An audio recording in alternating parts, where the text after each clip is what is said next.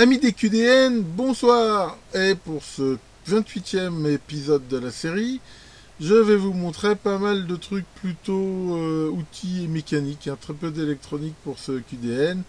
Mais là, ça commence à s'entasser un petit peu, j'ai besoin de place, donc je fais la vidéo pour pouvoir ranger tout ça. Alors, allons-y et découvrons un petit peu ce qu'on a de beau. Comme je l'ai dit, très peu d'électronique dans ce QDN. Je vais quand même vous montrer ce petit module qui est fait pour montrer l'état de charge des batteries 12 volts et qui est assez sympa parce qu'il allie à la fois un bar graphe et un voltmètre et qui est en plus relativement précis. Alors je vous fais une petite démo rapide. Donc il s'alimente en fait sur ce qu'il mesure. Alors bien sûr il consomme un petit peu, c'est pas forcément la peine de le laisser tout le temps branché. Donc là voilà, on voit qu'à partir environ 6 volts 7, on va dire 7 volts, il commence à s'allumer. Je vais peut-être couper la lumière pour qu'on voit mieux. Voilà. Et quand la tension arrive après 11 volts, là on voit qu'il y a le bar graphe. Et voilà, qui va jusqu'à peu près la pleine charge, qui correspond pour un accu 12 volts. Donc on voit ici le bar graphe, il est intéressant parce qu'il est vraiment dans le range de ce qui est une batterie 12 volts. Et on voit en même temps la tension. Donc ce petit module qui coûte vraiment très peu cher, bonne qualité, assez précis, qui s'encastre comme ça, donc on peut le mettre sur n'importe quel véhicule ou système alimenté avec une batterie 12 volts. Tant qu'on est dans l'électricité, j'avais besoin d'une centaine de fusibles 2 ampères temporisés, enfin j'ai pas vraiment besoin de 100 mais enfin pas mal, ce qui fait que là j'aurais eu un pas mal de réserve. Et j'ai eu beaucoup de mal à trouver des fusibles temporisés, un T.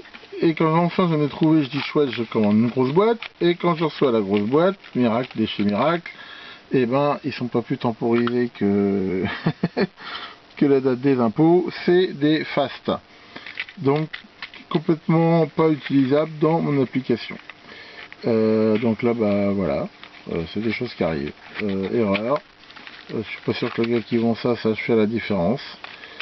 Donc, petite erreur quand même, c'est des choses qui arrivent. J'ai trouvé ces petits boîtiers. Donc j'ai besoin, parce que j'ai besoin d'avoir un montage qui soit bien blindé. Et j'ai trouvé là c'est sur eBay, ces petits boîtiers faits avec des profilés d'alu. On voit qu'il y a une encoche ici pour pouvoir facilement glisser un circuit imprimé. C'est relativement bonne qualité, c'est très costaud, enfin bon c'est un profilé. Et c'est vendu avec des faces avant. Il se fixe ici avec 4 vis dans les trous ici qui sont déjà taraudés quand même.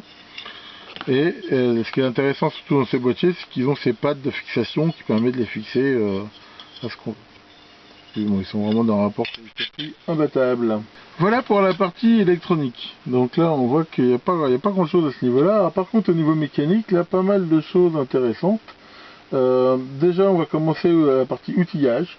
Alors outillage, j'ai trouvé cette paire de ciseaux de précision de marque Proskit. Généralement c'est des bons outils Proskit et celui-là est vraiment très sympa. Il a un toucher super agréable avec un système anti-grippe ici, système de précision et qui permet de faire des découpes hyper précises comme ça. Donc c'est vendu avec cette protection pour pas l'abîmer dans cette boîte.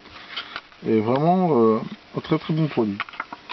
Alors celui-là, je me tâtais pas mal pour l'acheter, j'ai fini par craquer parce qu'il était en promo.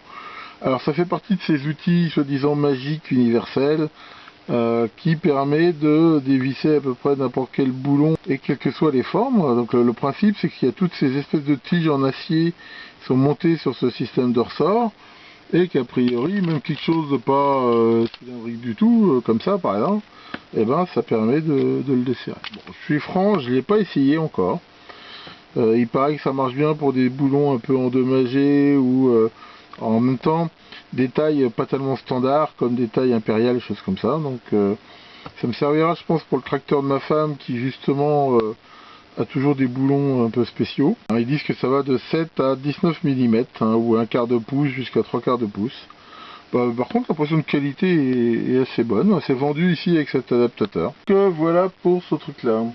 Dans les outils je vous avais déjà montré toute cette série de pinces à épiler avec des bouts en céramique Et celle-là, j'avais acheté donc avec un truc blanc et ce genre de pointe, et j'en suis extrêmement content. C'est très très pratique, surtout pour les CMS et les petits trucs. Ce qui fait que j'en ai racheté avec une pointe un peu différente, et là c'est son noir, celle-là. Et c'est vraiment des choses de bonne qualité. En plus, bon, éventuellement les pointes sont fixées avec des vis, on peut peut-être les changer maintenant. Vu le prix, je suis pas sûr qu'on trouve les pointes de façon intéressante. Mais c'est vraiment des très bons produits que je vous conseille. Alors au niveau petite fourniture mécanique, j'ai trouvé ce petit set de vis sans tête 2 et 3 mm, qui sont en plus vendus avec les clés qui vont bien. Bon là j'ai regroupé 3 sachets en un seul. Et ça je l'utilise énormément dans tout multi-montage de robotique ou de petites mécaniques. Et là c'était en plus à un prix défiant toute concurrence, et je les ai testés, elles sont de très bonne qualité. Donc il y a N2, N3. Et tant que j'y suis, toujours dans cette série de boîtes là de choix, il y avait toute cette série là qui va donc aussi de N2 jusqu'à N2.5 pardon, de N2.5 jusqu'à M8. Et donc c'est toutes ces vis sans tête. Et c'est vrai que ça c'est quand même quelque chose d'utile, là comme ça me permet d'avoir du choix. J'ai trouvé ces tirapes qui sont un peu spéciaux. Ils sont à la fois faits pour être montés dans un trou dans un châssis, et en même temps pour pouvoir tenir un fil. Donc ça c'est pas fréquent, on trouve des comme ça. Donc ça me servira pour fixer mes fils. Toujours dans les assortiments magiques, cette boîte qui contient des passe-fils. Et alors ça c'est pareil, j'en ai utilisé énormément. Les passe-fils, c'est je dirais même quasi indispensable quand on veut faire passer justement des câbles dans une tôle, si on veut pas qu'il frotte avec, et bien le protéger. Alors, en même temps on voit qu'il y en a différentes sortes. Il y en a qui sont ici on peut voir ils sont obstrués, ce qui permet d'avoir dans certains montages quelque chose qu'on peut piquer si on a besoin de passer le fil, mais qui reste étanche. Et il y en a de différentes tailles, des grands modèles, donc justement j'en avais pas tellement des grands modèles comme ça, et aussi au contraire pour passer un petit fil ou quelque chose de fin. Donc ça c'est sympa, cette boîte, ça donne pas mal de choix. Alors quelque chose d'assez rigolo, et bon, c'est un élévateur qui sert dans les labos en fait, en principalement de chimie mais pas que, à pouvoir régler par exemple un bécher ou un montage, et on peut l'ajuster en hauteur. Alors, je l'avais acheté à l'origine, mon but était de pouvoir le motoriser pour faire un truc pour un robot. Bon, en fait ça s'y prête relativement très mal, mais je pense que c'est quelque chose qui pourra servir justement quand on fait des manips, des essais. Ça permet de se régler très très facilement. C'est de l'inox. Bonne qualité aussi de montage, on va dire. Donc c'est pareil, c'est en promo, donc j'en ai profité. Alors last but not least est arrivé dans un état assez lamentable, cette petite table croisée. Donc il n'y a pas la perceuse là, c'est que cette table croisée. Alors, bizarrement, quand je l'ai acheté, j'ai beaucoup hésité avant de l'acheter. Il disait que souvent elle était arrivée cassée parce que mal emballée. Alors les Chinois disaient qu'ils avaient amélioré l'emballage, à mon avis ils n'ont rien amélioré du tout. Et quand j'ai reçu ce paquet, on voit qu'il a vraiment fait 1400 casques, j'ose le dire, j'ai été un peu inquiet, et j'irai heureusement, à l'intérieur elle n'est pas abîmée. Donc c'est quoi? C'est une petite table croisée, ici, qui coûte dans les 50 € à peu près, un petit peu moins. Et alors pourquoi je l'ai acheté? Je l'ai acheté pour pouvoir la mettre sur ma perceuse ici, où je veux pouvoir faire des petits perçages de précision. Alors voilà la bête. Donc on voit ici cette table avec des rainures en T, et ici ce premier système qui permet de changer dans un axe, et ici dans l'autre. Alors il y a du bon et du mauvais sur ce truc. Bon, moi mon but déjà c'est pas de le garder à la main, c'est de le motoriser, hein. Je ferai sans doute des vidéos là-dessus. Je n'ai pas encore décidé si c'était avec des moteurs continus ou pas à pas. Et quand je dis qu'il y a du bon et du mauvais, c'est que il y a des trucs géniaux et de très bonne qualité là-dessus, et des choses beaucoup plus discutables. Bon, le profilet d'alu, il y a quelques rayures dessus, bon, on va dire que c'est pas mal. Donc c'est un montage ici très très classique en queue d'aronde ici avec des systèmes là qu'on peut régler. Alors il y a très très peu de jeux. Je dirais comme ça, on en voit relativement peu. Alors, il y a un petit peu de jeu sur la vis mère, mais enfin on va dire il y a quand même un système de ressort qui empêche, donc c'est relativement très très bon. On tourne assez facilement. Donc ça c'est plutôt bon. Ici pareil on voit quand même que là il y a pas mal de rayures, enfin on va dire que c'est en dessous, c'est pas très très grave. Donc voilà, alors ici on voit la vis mère, hein, l'autre est cachée. C'est a priori monté, alors j'ai pas ouvert si c'est des roulements à billes ou pas, mais enfin bon, a priori il n'y a pas trop de points durs, hein, ça se tourne plutôt bien. Alors ce qui est pas bon du tout, c'est la façon et la qualité des manivelles est vraiment pas terrible. C'est monté, c'est un autocollant de merde là, et en dessous il y a une vis qui est mise directement sur le filetage qui fait qu'on voit ça tourne à moitié en patate. Enfin ça par contre c'est vraiment pas terrible. Les verniers, comme on peut le voir, c'est des autocollants mis un peu à la vache t'en fous et vraiment pas précis ni rien du tout. Donc ça faut... Enfin, si on veut mettre des moteurs, c'est pas très très gênant, mais sinon, il faut refaire des verniers beaucoup plus accurés. Alors ici, il y a un système de règles qui permet éventuellement de faire des mesures. Enfin bon, c'est pas quand même quelque chose d'hyper précis. Alors, ce qu'on peut par contre noter qui est très très bien fait dessus, c'est la protection anti-copeaux de la vis mère dans ce sens-là. On voit ici qu'il y a tout un système de cache en plastique avec des ressorts qui s'emboîtent, qui empêche les copeaux de tomber sur la vis mère ici. Alors ça c'est quelque chose d'assez intéressant parce que ça protège pas mal.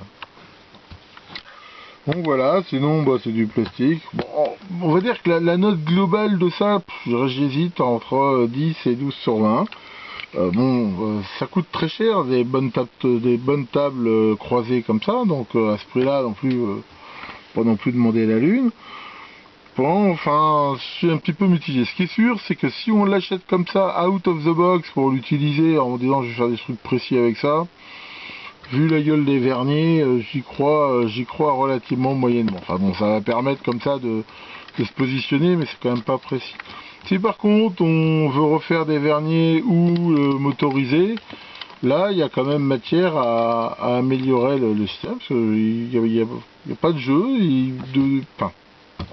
la base est bonne on va dire. Hein. Ce que je vais faire avec ça, c'est quelque chose qui est un petit peu à mi-chemin entre ma grosse fraiseuse, la CNC et la perceuse. Transformer une perceuse en fraiseuse, c'est pas forcément une bonne idée. Hein. C'est pas du tout fait une perceuse pour avoir des gros efforts comme ça latéraux. Hein. Donc, enfin, à moins d'usiner des choses avec très très peu de force, c'est faisable. Enfin, faut pas s'attendre à faire du gros fraisage. Maintenant, le but ici, c'est pas de moi de fraiser quoi que ce soit, c'est vraiment de faire du perçage. Et quand je vais faire du perçage comme ça, assez précis, et surtout avec des diamètres assez gros, c'est pas très très facile avec la CNC, elle est pas très très puissante. Et l'idée ici, c'est de faire un petit système avec un Arduino qui me permettra de façon vraiment très très simple de me positionner pour faire des perçages précis sur des pièces, mais sans faire un programme CNC et vraiment de garder en même temps le côté sensitif de la perceuse. Hein. Donc c'est ça mon projet. Je pense que je ferai des vidéos dessus au fur et à mesure que j'avancerai. Alors c'est un de mes nombreux projets, en ce moment j'en ai beaucoup. Alors ce qui est sûr, c'est qu'en attendant de le faire, comme ça c'est pas réellement utilisable si les verniers sont pas bons. Donc il est quand même possible que je me fasse avec ma table circulaire quand même rapidement des petits verniers temporaires, sachant que ça c'est vraiment pas terrible, et que l'idée aussi ça serait au moins de réusiner ici des axes pour que ça tourne pas en patate comme ça, parce que c'est vraiment pas terrible. Enfin honnêtement les manivelles c'est vraiment pas top. Et donc d'avoir des verniers non seulement plus précis et surtout flottants, c'est-à-dire indexables. C'est-à-dire qu'à un moment donné, on peut, avec un léger frottement, les faire tourner par rapport à la manivelle, ce qui va permettre de reprendre à un moment donné un zéro ou chose de bien. Enfin, donc voilà pour cette petite table croisée. Donc ceci achève ce nouvel épisode de QDM. Bon, j'ai aussi reçu 2-3 petits kits avec, mais je ferai des vidéos séparées dessus parce que je pense que ça le mérite. Et on verra ça dans de prochains épisodes. Que le grand Pythagore, roi des angles droits, veille sur l'orthogonalité de vos montages et à bientôt pour de nouvelles vidéos.